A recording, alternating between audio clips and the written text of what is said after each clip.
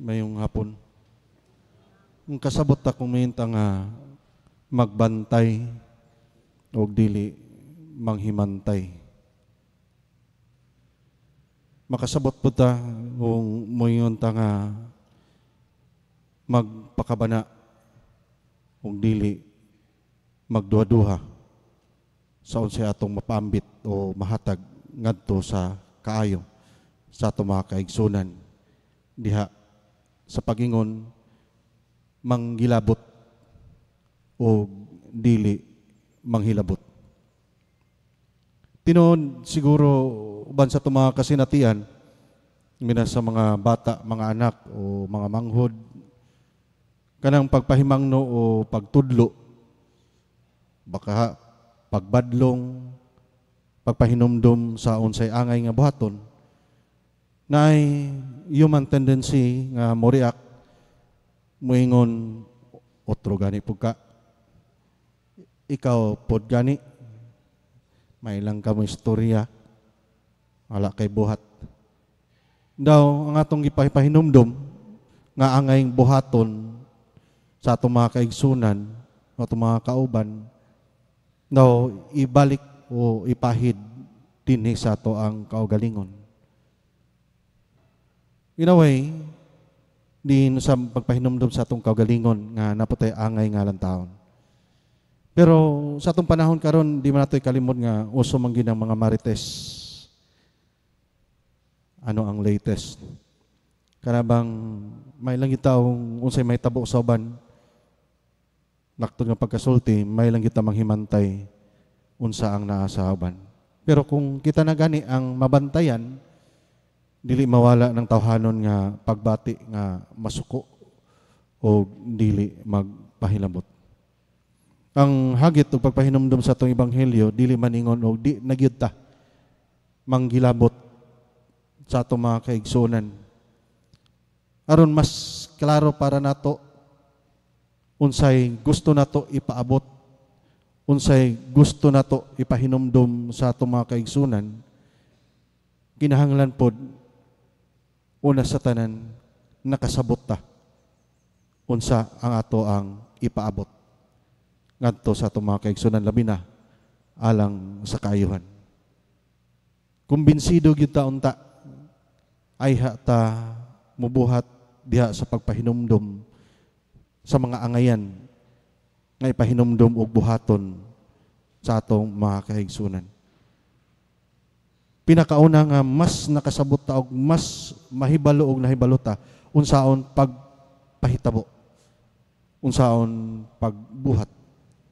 Ang gusto nato nga makita diha sa atong kinabuhi, sa atong pagpakiguban sa atong mga kaigsunan, labi na sa katilingban.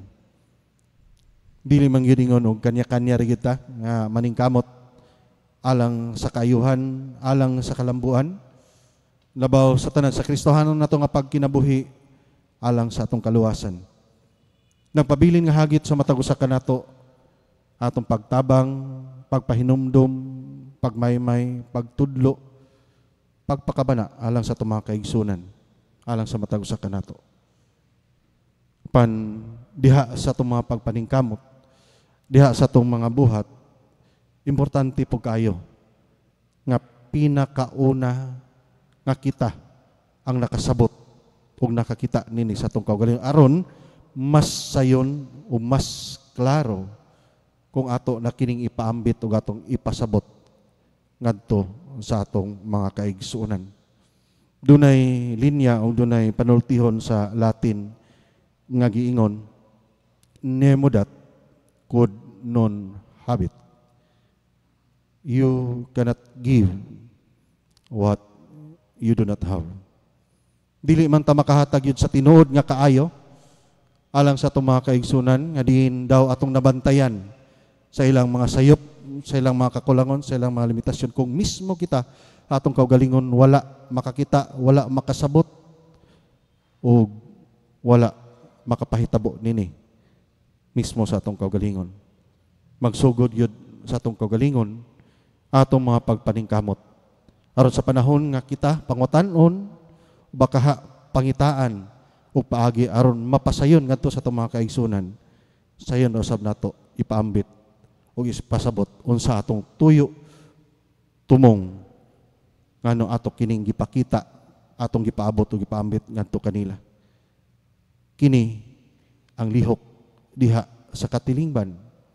Atong panghinaot ban sa programa gani sa ato ang simbahan labi na sa atong diocese, atong gagmayng Kristohanong katilingban.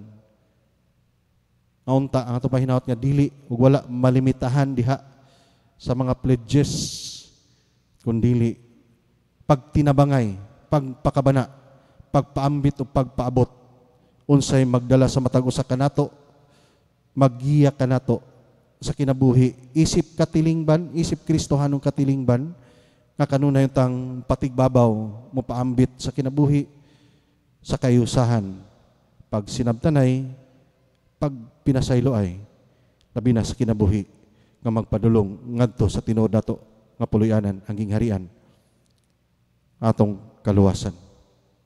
Mao nga nining atong mga pagpaningkamot sa pagmungna sa Kristohanong katilingban. Nagpabilin nga dako nga hagit sa matag usa kanato. Kaunta magsugod dinhi sa atong kaugalingon ang grasya nga atong ipaabot o ipaambit ngadto sa atong mga kaigsunan o uban niya na atong pagpaningkamot sa pagtinabangay, sa pagpakita o pagpaambit sa grasya alang sa paglahutay, padulong o pagsubay sa dalan sa kaluwasan o ban sa paghinaot nga maghios sa gyapon kita pag-abot didto sa gingharian sa ato ang amahan. Atong pagpakabana diha sa pag-atiman o pagpahinumdum sa unsay maayo, unsay matarong, unsay angayan, labaw sa tanan, unsay makaluwas.